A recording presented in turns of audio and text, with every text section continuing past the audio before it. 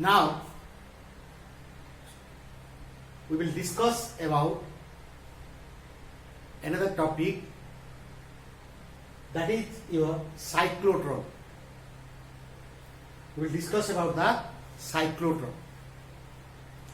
So now the question comes in the mind that what is a cyclotron? So a cyclotron is a particle accelerator, means it is a device which is used to accelerate or increase the velocity of a positively charged particle like proton, alpha particle, the deuterium, hydrogen, the deuterons, that is has hydrogen, two particle hydrogen. So now here comes with that, what is a cyclotron? It is a particle accelerator which is used to accelerate positively charged particles like alpha particles, deuterons and protons, etc. So now the question is, what is a particle accelerator? First we know that what is a particle accelerator. Particle accelerator. A particle accelerator is a device used to accelerate the particles to carry out the nuclear reactions. So, well, students, when the nuclear reactions, when the nuclear reactions takes place, like your nuclear, when a heavy nucleus break into two smaller nuclei, in that is called nuclear fission. In the nuclear fission process, we need a very high energetic particle. So to get a high energetic particle, the particle accelerators are used. The particle accelerators are used to get a high energetic particles to carry out the nuclear reactions. There are different types of particle accelerators. One of the particle accelerator is, previously before cyclotron, there is another particle accelerator is that is used generally is your linear accelerator. Linear particle accelerator. This is also a particle accelerator. Like cyclotron, this is also a particle accelerator. But in the linear particle accelerator, what happens? The length of the accelerator is very high. The length of the accelerator is so long that when you allow a particle, it passes through the linear accelerator, means through a long distance, then it gets sufficient energy to carry out the nuclear reaction. So to carry out the nuclear reaction, we need a high energetic particle, that is clear. So to get this high energetic particle, we use the particle accelerators. Previously we are using this linear accelerator, but the linear accelerator, the drawback is that its length is so high to get high energetic particle. So we can use the another, with a small space we get high energetic particles. In a small region we get high energetic particle, that is a cyclotron. Clear? So this is the cyclotron. So let me write what is the cyclotron means. What? It is a particle, it is a device, or it is a particle accelerator. It is a particle accelerator. It is a particle accelerator, right? Which accelerates. It is a particle accelerator which accelerates positively charged particles positively charged particles like alpha particles, protons, deuterons, etc. Which accelerates positively charged particles like alpha particles, protons, deuterons, etc. to carry out the nuclear reactions. Clear? So what you can say? It is a particle accelerator which accelerates positively charged particles like alpha particles, protons, neutrons, etc. to carry out the nuclear reactions. Right? Which accelerates means which gives energy, high energy. Right? Clear? Which accelerates means which gives high energy. More is the acceleration means which accelerates means the speed goes on increasing, so the kinetic energy increases, it gets more and more energy. Clear? So this is the what do you mean by a cyclotron? Next. Then, so in the cyclotron we will use only the positively charged particle. Why?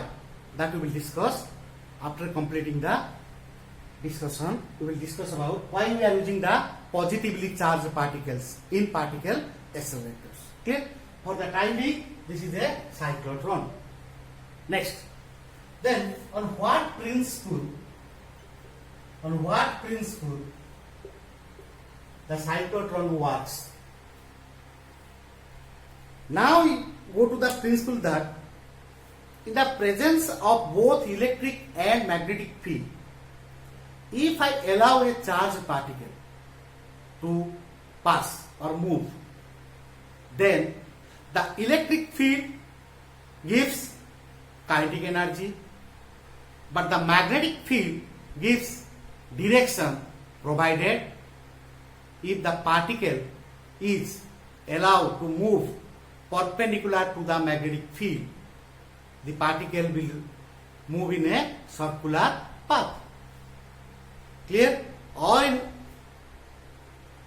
other way you can say that the electric field accelerates the particle, gives kinetic energy, magnetic field gives direction. The magnetic field gives direction because the magnetic field does no work. So the work done by the magnetic force on a charged particle is zero. That already you have proved. Magnetic field only gives direction to the charged particle. That clear? Already you know that. According to the magnetic Lorentz force. What is the force on a charged particle in a magnetic field? Fma is equal to Q B cross B. B is the speed, velocity, B is the strength of magnetic field. Clear? That already you have discussed that principle. On that principle it works. So let me write what is the principle. It works on the principle that when a positively charged particle, because this is a positively charged particle, so when a positively charged particle is made to move, means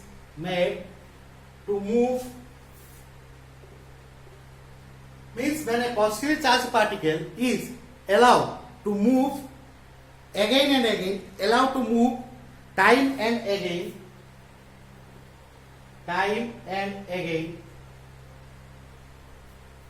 allowed to move time and again means it is allowed again and again, means the particle moves again and again, time and again in a high frequency,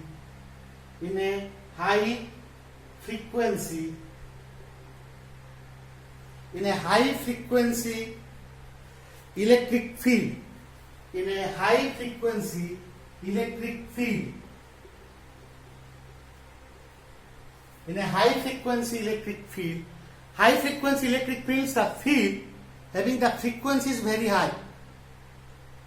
Example here, alternating current means the high frequency electric field means the strength of the electric field produced is very high, right? So high frequency electric field, and using a strong magnetic field, and using a strong magnetic field, and both presence of both the electric and magnetic field, and using a strong magnetic field, it gets accelerated. It gets accelerated because of the high frequency electric field. It gets accelerated, right? It gets accelerated and acquires sufficiently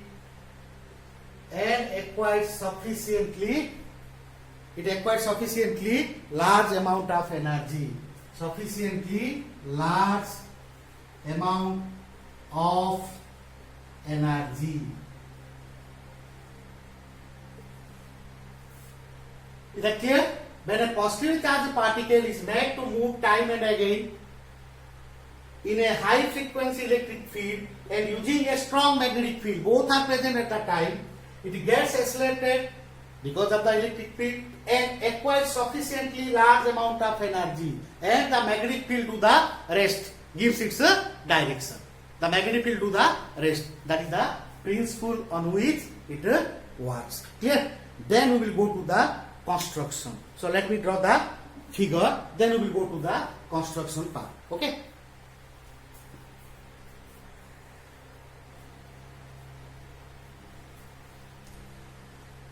Okay, now come to the construction part. I have drawn the figure, and see the figure. What are there in the cyclotron, in the construction of the cyclotron? Okay, so in the construction of the cyclotron, now see what are there. First one is, there are two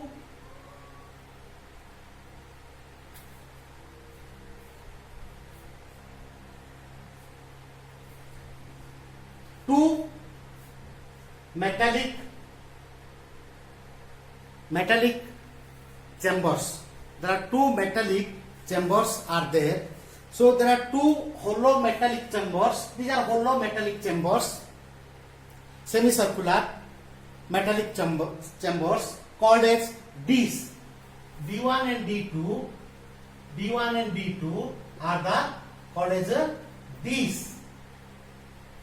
D set, hollow semicircular metallic chambers consist of separated by some distance. There is a gap between the two Ds. There is a gap between the two Ds. The positively charged particle, the particle which is to be accelerated, is placed in between the two Ds.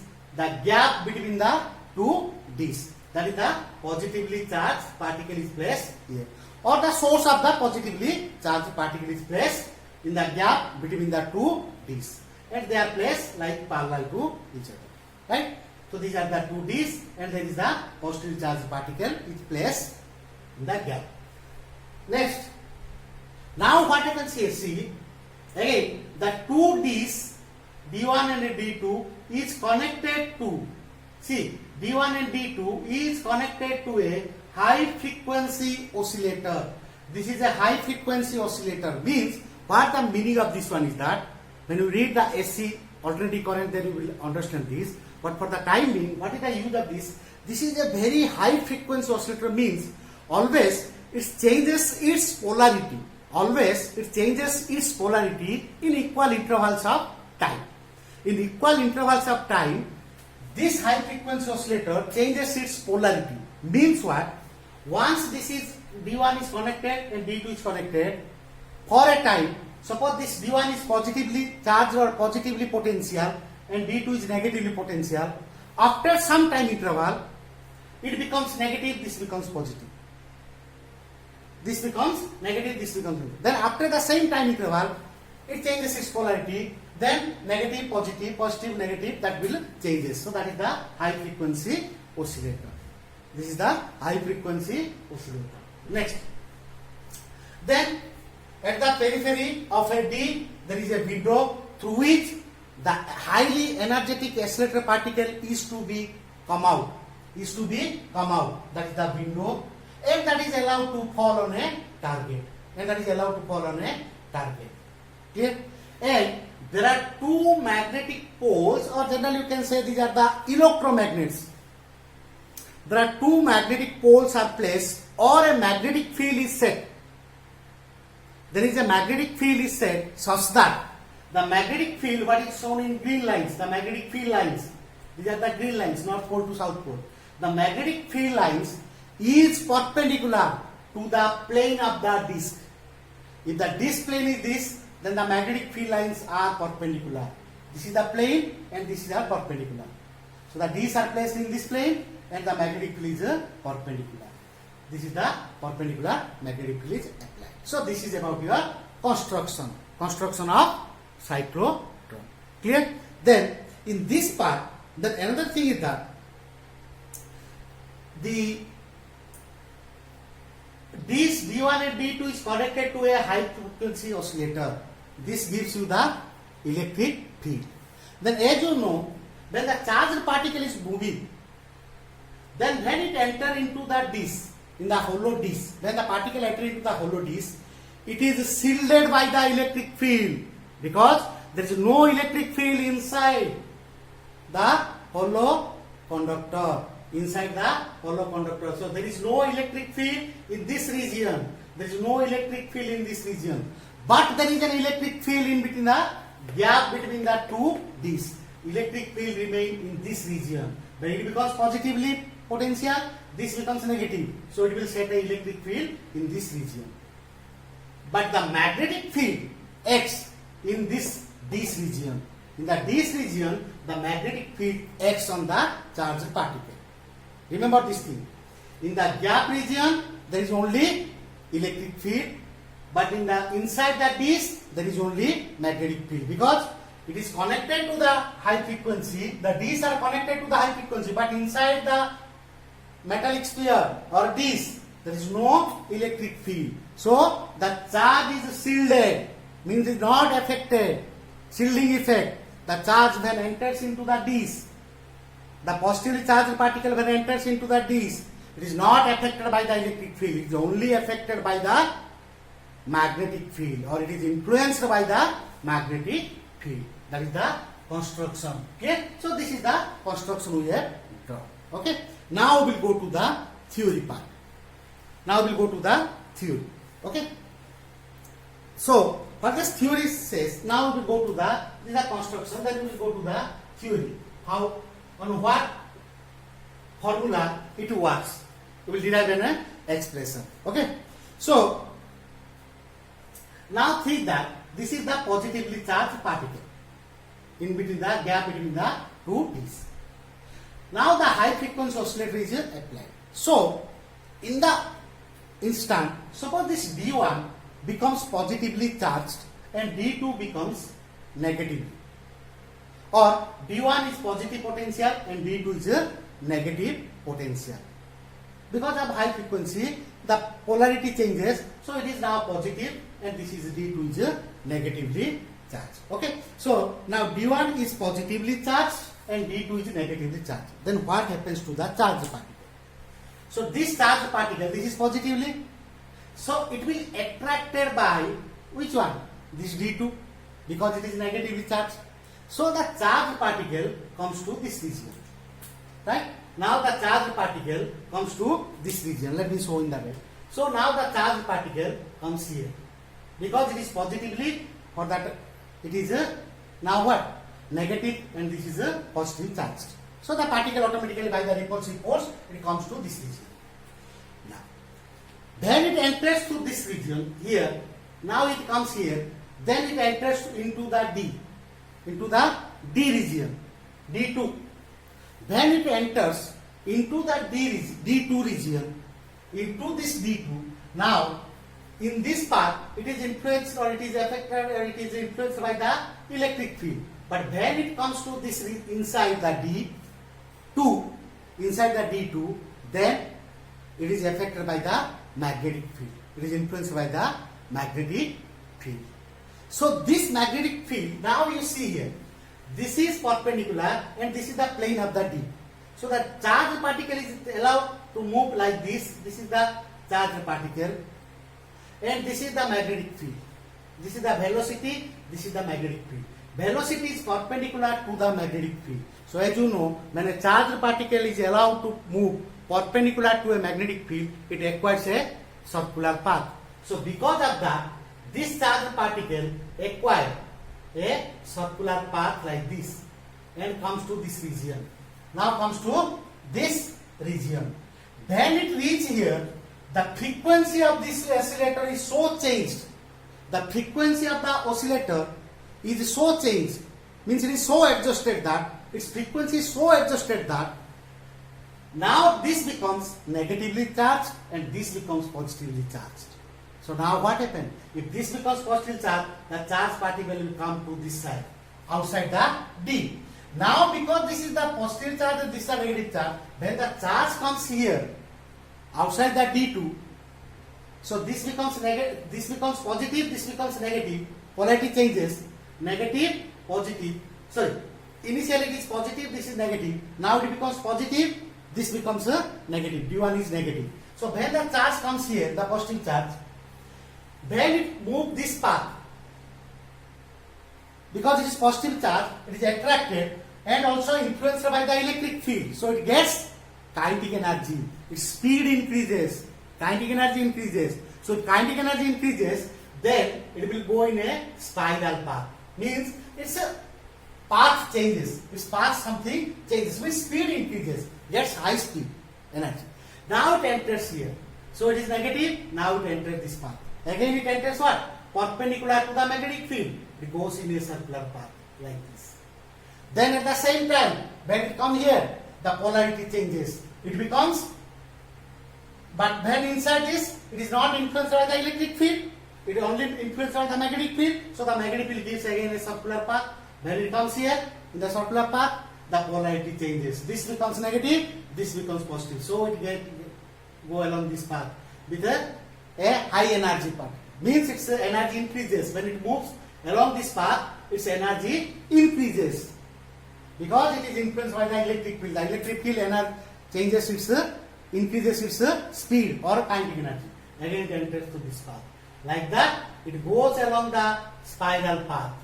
Like this, and with a deflector, then it goes along this time and again. It moves time and again. Then it comes to this position. Then there is a deflector which deflects the positively charged particle so that the particle comes to the window. Means there is a small opening is there, so the particle will come out through the window and hit the target. So here it is a low energetic particle because of both electric and magnetic field. Inside the D is magnetic field, in the gap between the D is electric field. So because of that, it gets more energy and hit the target, and the nuclear reaction takes place. The target means there is the nucleus where this positive charged particle enters the nucleus and the nuclear reaction takes place. So this is about your theory. Okay. Now we will derive some expressions from this what we understand now. So this is, we can say theory means this is also the, we can say this is working and also the theory. In this way it works and then we will go to the theory. Now here what we will derive first thing is that then the particle, the charged particle, let us consider the proton is here, the charged, positive charged particle. When a proton particle is entered at right angles to the magnetic field, then as you know, the magnetic Lorentz force Fm or magnetic force equal to, if charge is Q with a speed v plus the strength of magnetic field is B. But B and B are perpendicular inside the D, so the magnetic force Fm is equal to QVB sin 90 or Fm is equal to QVB. This is the magnetic force on the charged particle inside the disk. So it is the inside the D, the magnetic Lorentz force acting on the charged particle. Now, this provides what? The necessary centripetal force, because the charge moves in a circular path. This charge moves in a circular path inside the disk. So this provides the necessary centripetal force. This magnetic Lorentz force provides the necessary centripetal force. So I can write QFM is equal to centripetal force Fc, or QBB is equal to, if mass m is the mass of the charged particle, proton suppose, speed is b, mv square, by, if the radius is of this one is suppose one of this is r, so this is equal to mv square by r. Okay. So I have considered here one of the circular paths. Suppose this is r, so the radius is different. So we will find what about this one for one radius. Suppose this radius is r.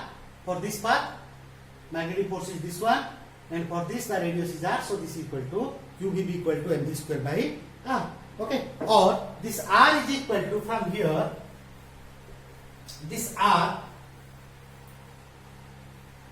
So let me erase this thing. Now you know the figure. Remember this one. Then this r.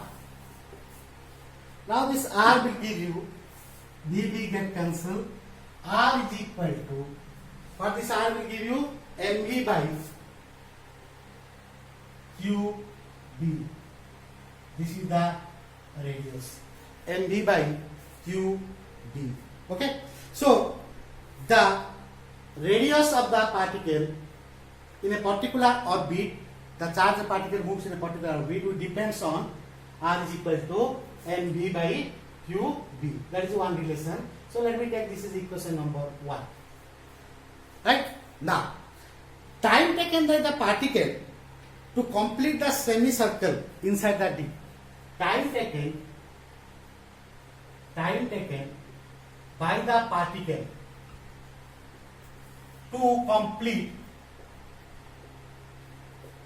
a semicircle inside the D, where the radius is r. In one of the semicircle, and there are so many semicircles are there, it moves in so many semicircle paths. One of the is radius r. Then the time taken by the particle to complete a semicircle, so that is equal to distance by, so t is equal to distance by the velocity or speed. Distance by velocity, or we can say the speed. So this distance is equal to, what is the distance traveled? Semicircle means this is distance is what? Same for semicircle. That is your pi r by speed or velocity, that is the b, I r by b. Now we can put this r is equal to, so t is equal to pi by v. What is your r? Putting this equation 1, mv by qb, bv get cancelled. So t is equal to pi m by qb. The time taken to complete a semicircle. Clear? So this is the time taken to complete the semicircle. So now here you see the time taken to complete a semicircle is depends on, these are the constant pi, mass of the particle constant, charge particle, charge is constant, and the magnetic field strength is constant. Already we have used a north pole and a south pole which provide the necessary magnetic field. It does not depend upon the r, means it is independent of whether the particle is moving the first semicircle or the semicircle which is to the end or the periphery, the last one. It does not depend. In every case the time is same. The time is same. Means inside the D, the particle moves this path or the particle moves this path inside the D. This is suppose R. This is first one, suppose here R1, and suppose this is Rn. It is independent of R. It does not depend upon r. Means what is the time taken to complete this path is same as the time taken to complete this one. Because with this time the polarity will change. You cannot change the polarity of this one which is connected to a source, the D2. These are connected, so we cannot change this one. To connected to a source, so when it reach here, what is the time? With the same time, it will come to from this point to this point. So irrespective of the path. Okay. So you can write the time taken by the particle to complete any semicircle is same, or it is independent of the radius. This is independent of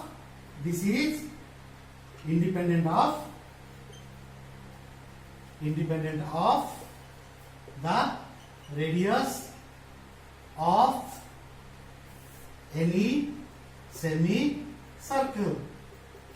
This is independent of the radius of any semicircle. Okay. Now we go to the time period. The time to complete half. Then what is the time period? Time period means what? So now we will go to the time period.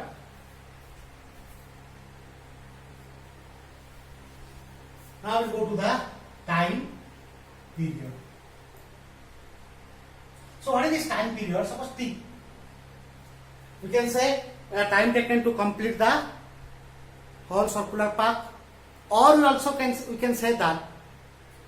Now remember this one, in the D1 and there are two D's, D2. Now the particle suppose comes here, complete one. So for this total path, to complete this total, what is the time taken? Or we can say this, in this part, the time, or this is the time period to change the frequency, or this is the time of the high frequency oscillator. This is the time of high frequency oscillator. Getting my point? Now you see here, then in the D's case like that. So now we have calculated. So let this is the one D, another D is there, and they are connected to a high frequency oscillator. So as you know, when the particle enters, so now the particle suppose enters like this, it comes to here. Now it goes this path, it positive. So within this, when it covers this distance, the polarity should change. The total time taken to complete this revolution is suppose T, that is called time period. The time taken to complete this revolution is suppose T. Then within what time? In the time T, it should change. In the time T, it should change its polarity. In time T, half of the time, it should change its polarity because it takes total time T. So we can say this time period, that is also you can say that this is the time period of the high frequency electric field. This is the time period of high frequency oscillator. This is the time period of high frequency oscillator, so this is the time period of high frequency oscillator or high frequency electric field. Okay, and the particle in the disk, so the particles of the disk will change after time. What is the time? So we can write T is equal to T by 2. Already we derived this T, that should be equal to total time period is T, means it is 2 times of T, right? So this is the time period of a high frequency oscillator. Half of this, the polarity changes. Half of this time period, the polarity of the high frequency oscillator changes. So the time period P is equal to 2 into T, 2 into, already what is that T? T is equal to your pi m by QB, already you derived pi m by QB. So T is equal to 2 pi m by QB. This is the time period. Clear? So this is the time period. Then we will go to the cyclotron frequency. What is the frequency of the cyclotron? After that you can calculate this frequency. Frequency is equal to 1 by time period. What is that 1 by time period? 1 by t is equal to qb by 2 pi m. Then what is the angular frequency? What is the angular frequency? Omega is equal to 2 pi into frequency. Multiply this 2 pi. Frequency is qb by 2 pi m. 2 pi get cancelled. So omega equal to qb by m. This is the angular frequency and the cyclotron frequency on the angular frequency. Now we will go to the energy gained by the particle. The main thing is that the particle will get energy when it moves time and again. So what is the energy gained by the particle? Now we will go to the energy gained by the particle or energy of the particle. The energy of the particle.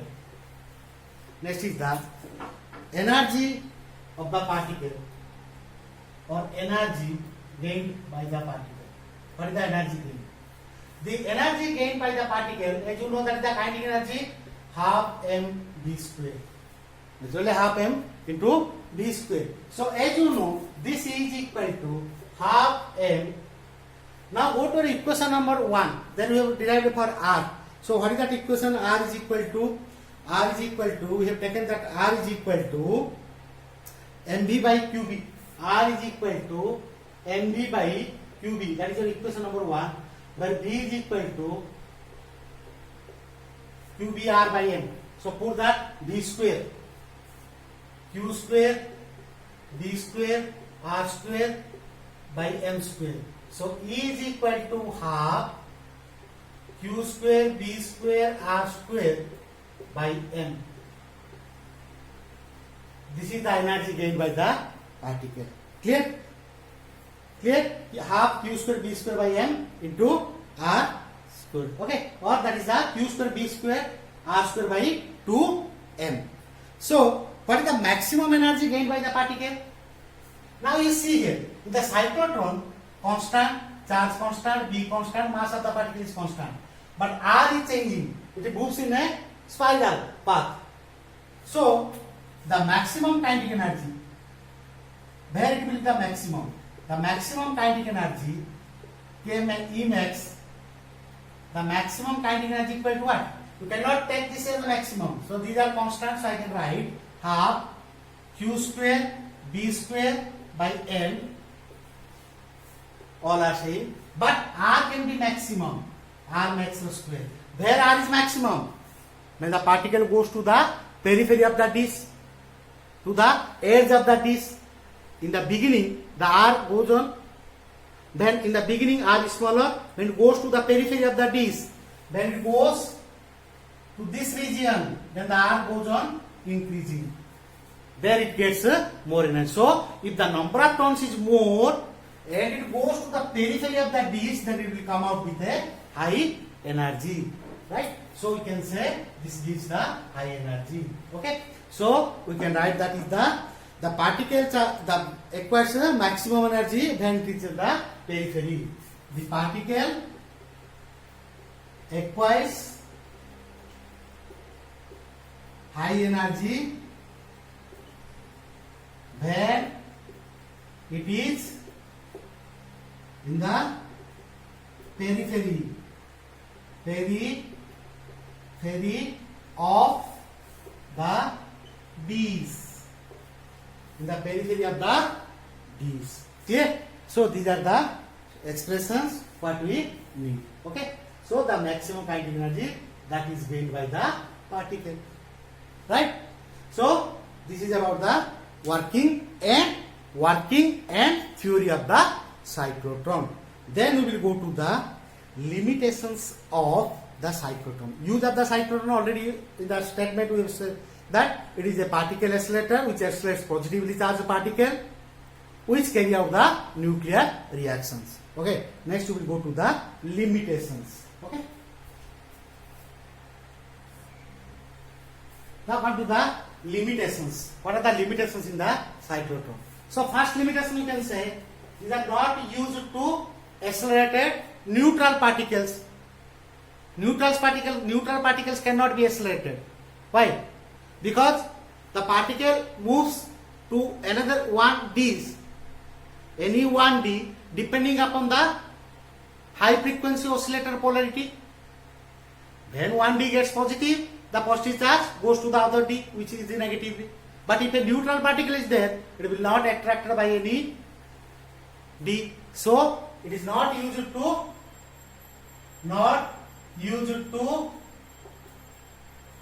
accelerate neutral particles.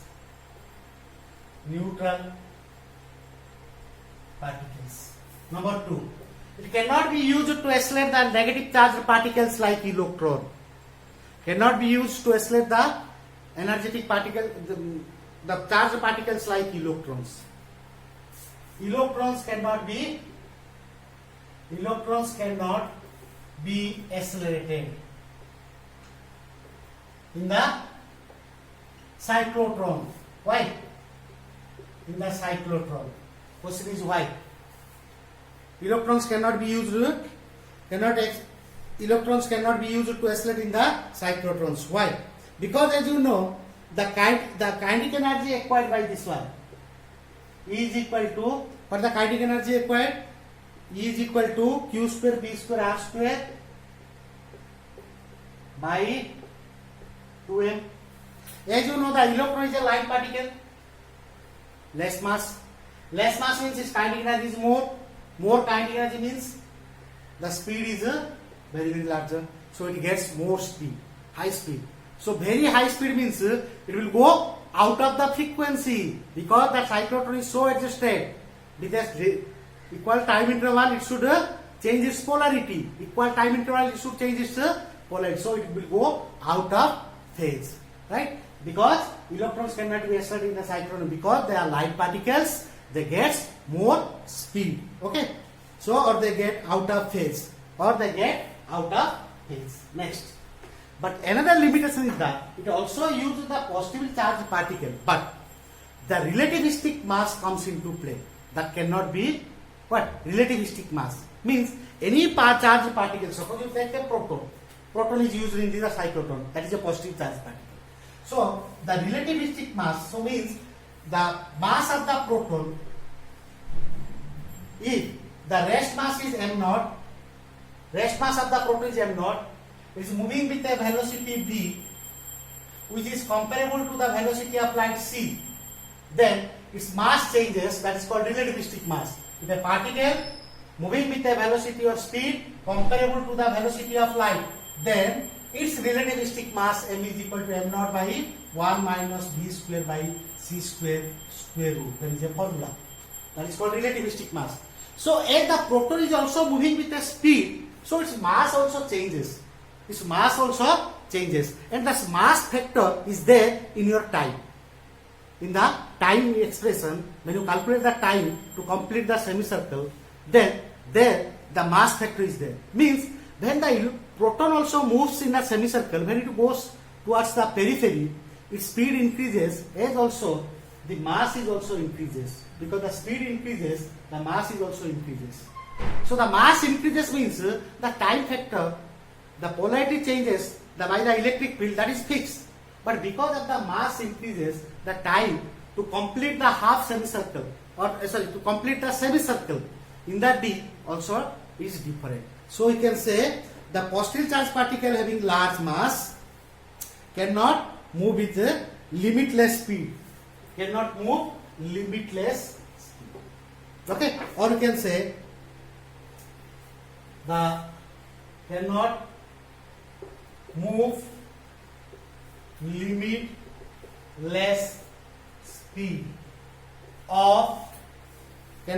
limitless speed of the positively charged particles having large mass. Cannot move limitless speed of the positively charged particles of high mass or large mass, of high mass or of large mass. So these are the limitations of the cyclotron. Clear? Next we will go to the uses, or the already you know the uses. These are used to text. These are used in the nuclear reactions.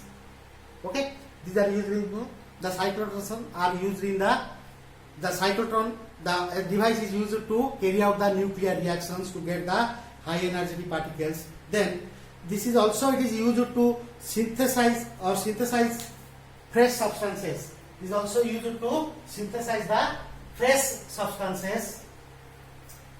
Synthesizes the fresh substances. Also, so it is uses. You can say one of the uses is cyclotron what? The high energetic particles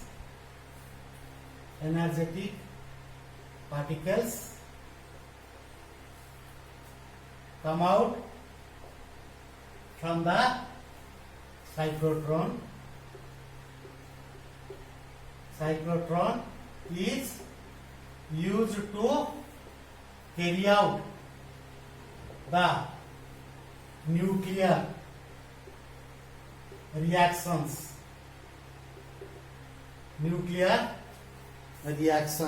Okay. Then used to synthesis fresh substances.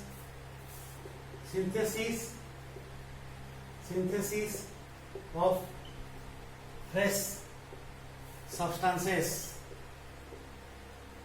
Then these are the high energy particles. They are also used in the medical purposes. They are also used in the medical purposes for the diagnosis of the or treatment of chronic diseases. The chronic diseases are coming to cure that. We are using the high energetic particles which are come out from the cyclotron. So in the medical purposes. Okay. And also this is also the quality of solids. You need to know the quality of solids. The high energy particles are also used to know the quality of solids. Okay. So with this we have discussed about the cyclotron.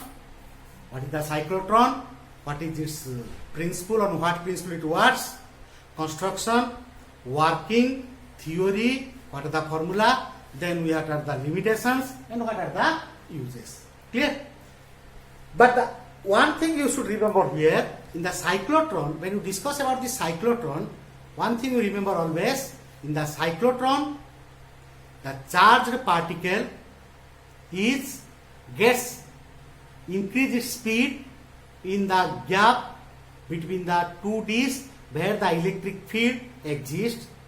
In the magnetic field inside the disk, it gets the direction, that is the semicircular path, which enters at perpendicular to the magnetic field. So we can say the speed is increasing inside the disk. The speed means the velocity is changing inside the speed. It is accelerating. The speed increases in the gap between the disks, but the velocity changes inside the disc. Direction changes inside the disc when it moves in the semicircle. So it gets accelerated inside the disc also. You can say accelerated inside the disc, but the speed increases in the gap between the disc, gets the direction, the semicircle path inside the disc with the help of the magnetic field. Okay, so go through this video, then the note will be provided and read this. This is a long question. We can say this is a long question, or what the derivations we have done in the theory part, that the formula is also used in our solving the problems. Okay, thank you.